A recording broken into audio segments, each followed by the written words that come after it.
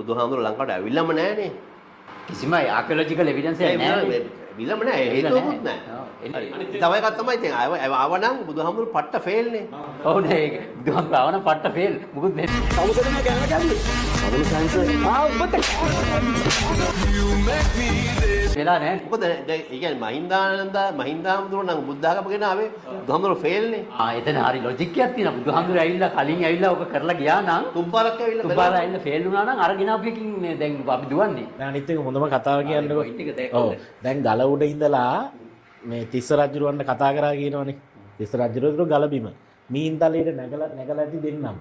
අර ගල මුදුනින්ම තිස්සට කතා කරනවා ඇහෙනවද? අර පල්ලේ අරේ ඉඳලා තියෙන්නේ. අනිත් එක හයියෙන් භික්ෂුන් වහන්සේලාට කෑ ගහන්න පහන. හැකි ඕයි බූරුවෝ තොට අයි ඇවිල්ලා ෆය කළා වෙඩි තියලා ගියේ.